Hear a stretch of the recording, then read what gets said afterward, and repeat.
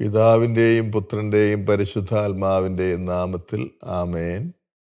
വിശുദ്ധ വാരധ്യാനം 8-ാം ദിവസം, ഉയർപ്പ് ഞായർ. പൗലോസ് അപ്പോസ്തലൻ കൊരിന്ത്യർക്ക് എഴുതിയ 1-ാം ലേഖനത്തിൻ്റെ 15-ാം അധ്യായം 14-ാം വാക്യം. ക്രിസ്തു ഉയർപ്പിക്കപ്പെട്ടിട്ടില്ലെങ്കിൽ ഞങ്ങളുടെ പ്രസംഗവും നിങ്ങളുടെ വിശ്വാസവും വ്യർത്ഥമാണ്. വളരെ പ്രധാനപ്പെട്ട ഈ പ്രസ്താവന യേശുവിൻ്റെ മരിച്ചവരിൽ നിന്നുള്ള ഉയർപ്പാണ് ക്രിസ്തീയ വിശ്വാസത്തിൻ്റെ കേന്ദ്രബിന്ദു എന്ന് വ്യക്തമാക്കുന്നുണ്ട്. ആദിമ സഭയുടെ സുവിശേഷ പ്രഘോഷണങ്ങളെല്ലാം തന്നെ ക്രിസ്തുവിൻ്റെ ഉത്ഥാനം കേന്ദ്രമാക്കിയുള്ളതാകാൻ കാരണം ഇത് തന്നെയാണ്. ഉദാഹരണം, വിശുദ്ധ പത്രോസിൻ്റെ 5 പ്രഭാഷണങ്ങൾ അപ്പോസ്തല പ്രവൃത്തി രേഖപ്പെടുത്തുന്നുണ്ട്. 1-ാം അധ്യായത്തിൽ ഒന്നാമത്തേത് പെന്തക്കോസ്ത ദിവസം അവിടെ കൂടിയിരുന്ന ജനങ്ങളോട് പത്രോസ് പ്രസംഗിക്കുന്ന സുദീർഘമായ പ്രസംഗത്തിൻ്റെ കേന്ദ്രബിന്ദു അപ്പോസ്തല പ്രവൃത്തി 2-ാം അധ്യായം 23-24 വാക്യമാണ്. നിങ്ങൾ കുരിശിൽ തറച്ചു കൊന്നു യേശുവിനെ, ദൈവം മരണയാതനകളിൽ നിന്ന് വിമുക്തനാക്കി അവനെ വിമോചിപ്പിച്ചു. കാരണം അവൻ അതിൻ്റെ പിടിയിലായിരിക്കുക അസാധ്യമായിരുന്നു. പത്രോസ് 2-ാമത്തെ പ്രസംഗം ജന്മനാ മുടന്തനെ പത്രോസ് കൈപിടിച്ച് സുഖപ്പെടുത്തി എഴുന്നേൽപ്പിച്ച ശേഷം അത്ഭുതത്തോടെ ചുറ്റും കൂടി ജനങ്ങളോട് പ്രസംഗിച്ചതാണ്. അപ്പോസ്തല പ്രവൃത്തി 3:13. നിങ്ങൾ അവനെ ഏൽപ്പിച്ചു കൊടുത്തു, എന്നാൽ ദൈവം അവനെ മരിച്ചവരിൽ നിന്ന് ഉയർപ്പിച്ചു. പത്രോസിൻ്റെ 3-ാമത്തെ പ്രസംഗം ജന്മനാ മുടന്തനെ സുഖപ്പെടുത്തിയതുമായിട്ട് ബന്ധപ്പെട്ട് സൻഗദ്രേ സംഘം ചോദ്യം ചെയ്തപ്പോൾ പത്രോസ് കൊടുത്ത മറുപടിയാണ് അപ്പോസ്തല പ്രവൃത്തി 4:10. നിങ്ങൾ ക്രൂശിച്ചവനും മരിച്ചവരിൽ നിന്ന് ദൈവം ഉയർപ്പിച്ചവനുമായ നസറായനായ യേശുവിൻ്റെ നാമത്തിലാണ്, അതെ, അവൻ്റെ നാമത്തിൽ തന്നെയാണ് ഇപ്പോൾ ഇവൻ ആരോഗ്യവാനായി നിങ്ങളുടെ മുമ്പിൽ നിൽക്കുന്നത്. പത്രോസിൻ്റെ 4-ാമത്തെ പ്രസംഗം കാരാഗൃഹത്തിൽ അടയ്ക്കപ്പെട്ട പത്രോസും കൂട്ടരും കർത്താവിൻ്റെ ദൂതനാൽ അത്ഭുതകരമായി മോചിപ്പിക്കപ്പെട്ട് ദൂതൻ കൽപ്പിച്ചതനുസരിച്ച് ദേവാലയത്തിൽ പ്രസംഗിച്ചുകൊണ്ടിരുന്നപ്പോൾ പട്ടാളക്കാർ ചെന്ന് ദേവാലയത്തിൽ നിന്ന് പത്രോസിനെ തിരിച്ചു കൊണ്ടുവന്ന് സൻഗദ്രി സംഘത്തിന് മുമ്പിൽ നിർത്തി. ആ സമയത്ത് പത്രോസ് പറയുന്ന വാക്കുകളാണ്: മനുഷ്യരെക്കാൾ ഉപരി ദൈവത്തെയാണ് അനുസരിക്കേണ്ടത്. നിങ്ങൾ മരത്തിൽ തൂക്കി കൊന്ന നസ്രായനായ യേശുവിനെ നമ്മുടെ പിതാക്കന്മാർ ദൈവം ഉയർപ്പിച്ചു, ഞങ്ങൾ ഇതിന് സാക്ഷികളാണ്. പത്രോസ് 5-ാമത്തെ പ്രസംഗം വിജാതീയനായ കൊർണേലിയൂസിൻ്റെ ഭവനത്തിൽ ഒരുമിച്ച് കൂടിയ വിജാതിയർക്ക് കൊടുത്ത പ്രബോധനമായിരുന്നു. അപ്പോസ്തല പ്രവൃത്തി 10:39 മുതൽ 41 വരെ പത്രോസ് ഇങ്ങനെ പറഞ്ഞു: അവർ അവനെ മരത്തിൽ തൂക്കി കൊന്നു, എന്നാൽ ദൈവം അവനെ 3-ാം ദിവസം ഉയർപ്പിച്ച് പ്രത്യക്ഷനാക്കി. ബെനഡിക്ട് പാപ്പ നസറത്തിലെ യേശു എന്നതിൻ്റെ വിഖ്യാത ഗ്രന്ഥത്തിൻ്റെ 2-ാം വോളിയത്തിൽ ഇപ്രകാരം വളരെ പ്രധാനപ്പെട്ട ഒരു പ്രസ്താവന നടത്തുന്നുണ്ട്. അതിങ്ങനെയാണ്: അപ്പസ്തോലിക പ്രബോധനം പ്രധാനമായും യേശുവിൻ്റെ ഉത്ഥാനത്തെപ്പറ്റി ആയതിൻ്റെ കാരണം മരിച്ചവരിൽ നിന്ന് യേശു ഉയർത്തു എന്ന നേർസാക്ഷ്യത്തിൻ്റെ സത്യത്തോടൊപ്പമാണ്, അതിൻ്റെ സത്യാവസ്ഥയെ ആശ്രയിച്ചാണ് ക്രിസ്തീയ വിശ്വാസത്തിൻ്റെ നിലനിൽപ്പോ പതനമോ നിലകൊള്ളുന്നത്. പാപ്പ തുടരുന്നു: യേശു ഉദ്ധാനം ചെയ്തില്ലായിരുന്നെങ്കിൽ അവൻ കേവലം മനുഷ്യനായി ചുരുങ്ങും. അവനൊരു മാനദണ്ഡമായിരിക്കുകയില്ല. ലോകത്തെ മാറ്റിമറിച്ചതും മനുഷ്യവംശത്തിൻ്റെ ജീവിത പരിസരം പുനരാഖ്യാനം ചെയ്തതുമായ എന്തെങ്കിലും പുതുമ സത്യത്തിൽ സംഭവിച്ചുവെന്ന് പറയണമെങ്കിൽ യേശു ഉദ്ധാനം ചെയ്തിരിക്കണം. അവൻ നമുക്ക് വിശ്വാസം അർപ്പിക്കാവുന്ന മാനദണ്ഡമാകുന്നത് അപ്പോൾ മാത്രമാണ്. ഉദ്ധാനം പ്രഘോഷിച്ചിരുന്ന അപ്പസ്തോലന്മാർ ആദ്യം ഈ സത്യത്തിൽ വിശ്വസിച്ചിരുന്നില്ല എന്നത് ഉത്ഥാന രഹസ്യത്തിന്റെ സത്യാവസ്ഥ കൂടുതൽ വ്യക്തമാക്കുന്നുണ്ട്.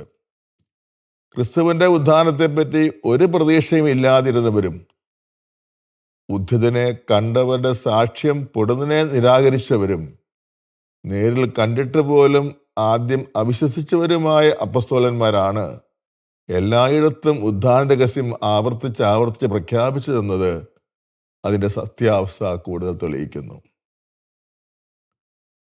കത്തോലിക്കാ സഭയുടെ മതബോധം ഗ്രന്ഥം 638 ഖണ്ഡികയിൽ തിരുസഭാ പ്രബോധനം ഉത്ഥാനത്തിനെ പറ്റി ഉറപ്പോടെ ഇങ്ങനെ പഠിപ്പിക്കുന്നു: ക്രിസ്തുവിലുള്ള നമ്മുടെ വിശ്വാസത്തിൻ്റെ പരമോന്നത സത്യമാണ് യേശുവിൻ്റെ പുനരുത്ഥാനം. ഇത് പുതിയ നിയമ രേഖകളിൽ സുസ്ഥാപിതവും കുരിശിനോടൊപ്പം പെസഹാരഹസ്യത്തിൻ്റെ കാതലായി പ്രഘോഷിക്കപ്പെട്ടതുമാണ്. ക്രിസ്തുവിൻ്റെ ഉത്ഥാനത്തിന് 2 തെളിവുകളുണ്ട്. ഒന്ന് ശൂന്യമായ കല്ലറയും, രണ്ടാമത്തത് ഉദ്ധിതന്റെ പ്രത്യക്ഷപ്പെടലുകളും.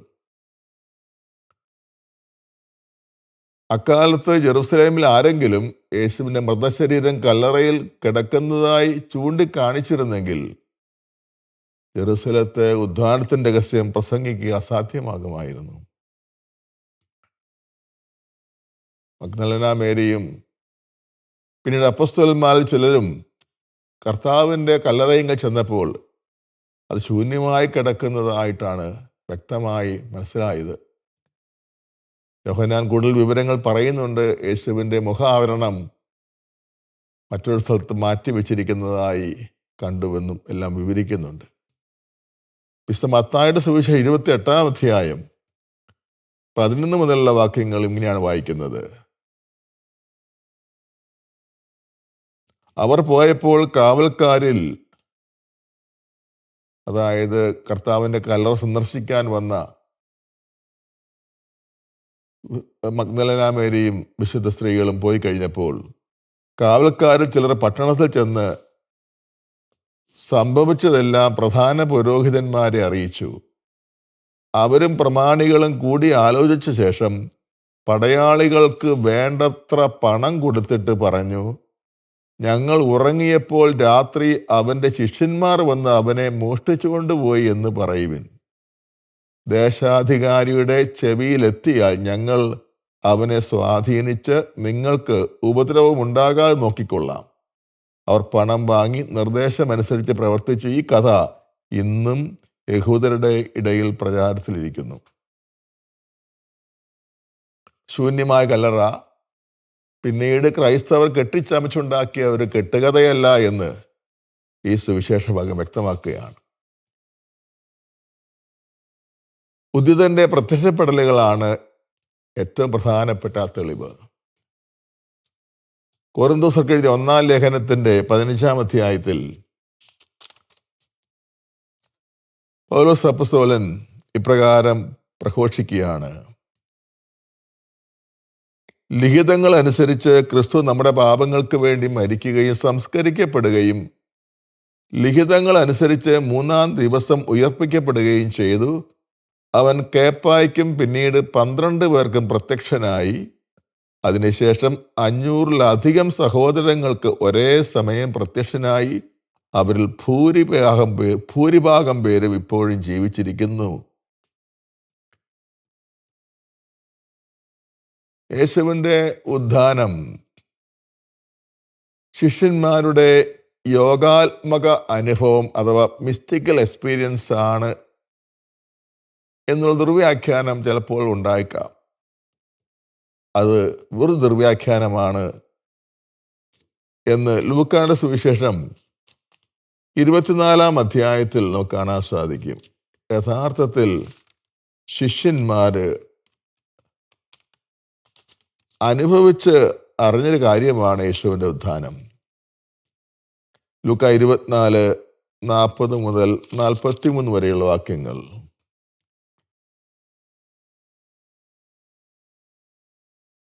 മുപ്പത്തിയെട്ടാമത്തെ വാക്യം മുതൽ വായിക്കാം.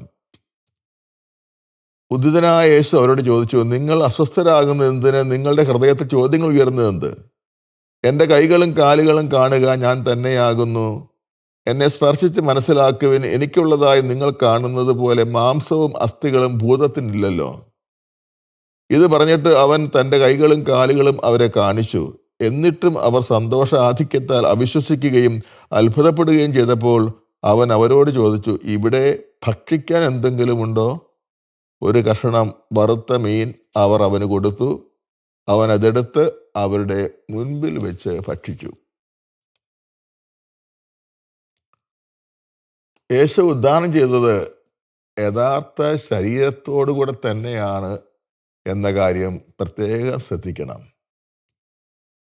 ഒരു വെറും ദർശനമല്ലായിരുന്നു, മറിച്ച് യഥാർത്ഥ ശരീരത്തോടെ അവൻ അവർക്ക് പ്രത്യക്ഷപ്പെട്ടുവെന്ന് ഇപ്പോൾ വായിച്ച തിരുവചന ഭാഗത്ത് വ്യക്തമാണ്. അവിടുന്ന് അവൻ്റെ കൈകളും കാലുകളും അവരെ കാണിച്ചു കൊടുത്തു. അവരോടൊപ്പം ഭക്ഷണം കഴിച്ചു. മാർത്തോമാ ശ്ലീഹായ്ക്ക് ഈശോ പ്രത്യക്ഷപ്പെട്ടപ്പോൾ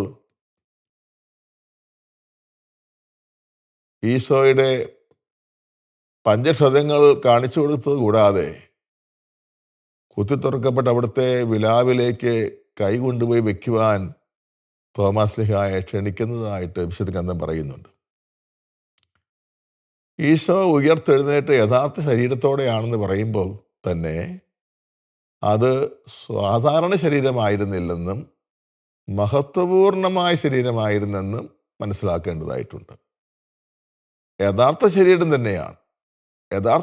തന്നെയാണ്, പക്ഷേ അത് മഹത്വപൂർണമായ ശരീരമാണ്. അതുകൊണ്ടാണ് ഈശോയ്ക്ക് സ്ഥലകാല നിബന്ധനകൾക്ക് വിധേയനല്ലാതെ ഈശോ പ്രവർത്തിച്ചത്. ഉദാഹരണം, യോഹന്നാന്റെ സുവിശേഷം 20-ാം അധ്യായത്തിൽ 19 മുതൽ വാക്യങ്ങൾ വായിക്കുന്നത്, ശിഷ്യന്മാർ യഹൂദരെ ഭയന്ന് കതകടച്ചിരിക്കെ ഈശോ ആ കതക് തുറക്കാതെ അകത്ത് പ്രവേശിച്ച് അവരുടെ മേൽ അവരെ കാണുന്നതും അവരുടെ മേൽ പരിശുദ്ധാത്മാവിൽ വിശ്വസിക്കുന്നതും. യേശുവിൻ്റെ ഉത്ഥാനത്തെ പറ്റി പരിശുദ്ധ കത്തോലിക്കാ സഭ വളരെ വ്യക്തമായി പഠിപ്പിക്കുന്ന 3 കാര്യങ്ങൾ കൂടെ ശ്രദ്ധയിൽപ്പെടുത്തേണ്ടതുണ്ട്. ഒന്നാമത്തേത്, കത്തോലിക്കാ സഭയുടെ മതബോധനം 639-ാം ഖണ്ഡികയിലാണ്. അതിപ്രകാരമാണ്: ക്രിസ്തുവിൻ്റെ പുനരുത്ഥാന രഹസ്യം ഒരു യഥാർത്ഥ സംഭവമാണ്. അതിൻ്റെ ആവിഷ്കരണങ്ങൾ പുതിയ നിയമം സാക്ഷ്യം വഹിക്കുന്നത് പോലെ ചരിത്രപരമായി തെളിയിച്ചിട്ടുള്ളവയാണ്.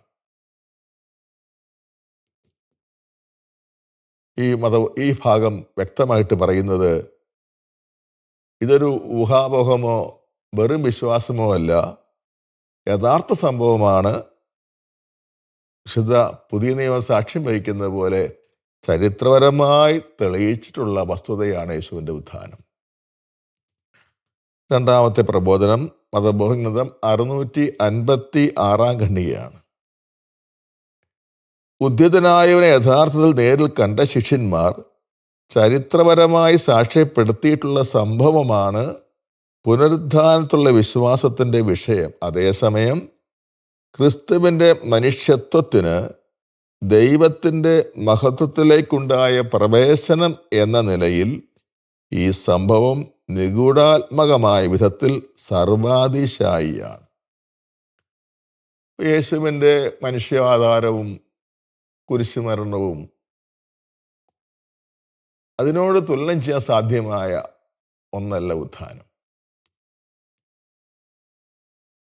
സഭ പഠിപ്പിക്കുന്ന ആ പ്രത്യേക വാക്കുകൾ ഇങ്ങനെയാണ്: ക്രിസ്തുവിൻ്റെ മനുഷ്യത്വത്തിന് ദൈവത്തിൻ്റെ മഹത്വത്തിലേക്കുണ്ടായ പ്രവേശനം എന്ന നിലയിൽ ഉത്ഥാന സംഭവം നിഗൂഢാത്മകമായ വിധത്തിൽ സർവാതിശായിയാണ്.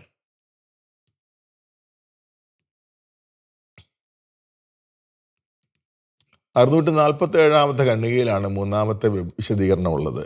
മതബോധനം 647-ാം ഖണ്ഡിക. യേശുവിൻ്റെ ഉത്ഥാന ശേഷമുള്ള പ്രത്യക്ഷപ്പെടലുകളുടെ വിവരണത്താൽ സമൃദ്ധമാണ് പുതിയ നിയമലിഖിതങ്ങൾ. എന്നാൽ ഒരുവനും ഉത്ഥാന സംഭവത്തിൻ്റെ ദൃക്സാക്ഷിയായിരുന്നില്ല. ഒരു സുവിശേഷകനും അത് വിവരിക്കുന്നുമില്ല. ശാരീരികമായി അത് എങ്ങനെ സംഭവിച്ചുവെന്ന് ആർക്കും പറയാൻ സാധിക്കുകയില്ല.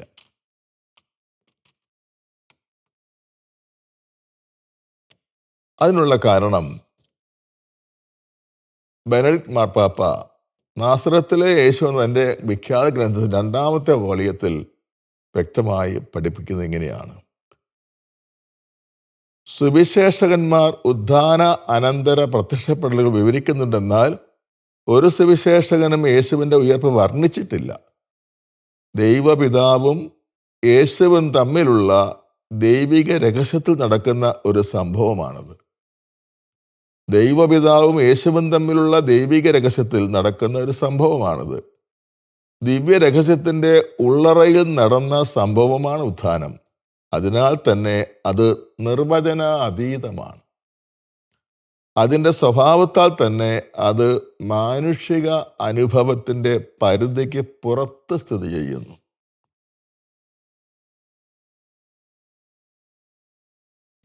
കത്തോലിക്കാ സഭയുടെ മതഗ്രന്ഥം 647 ഈ പറഞ്ഞ കാര്യങ്ങൾ കുറച്ചുകൂടെ വ്യക്തതയിൽ പഠിപ്പിക്കുന്നത് ഇങ്ങനെയാണ്: ശൂന്യമായ കല്ലറയുടെ അടയാളവും ഉദ്ധിതനായ ക്രിസ്തുവുമായുള്ള അപ്പോസ്തലന്മാരുടെ സമാഗമങ്ങളും ക്രിസ്തുവിൻ്റെ ഉയർപ്പ് സ്ഥിരീകരിക്കുന്നു.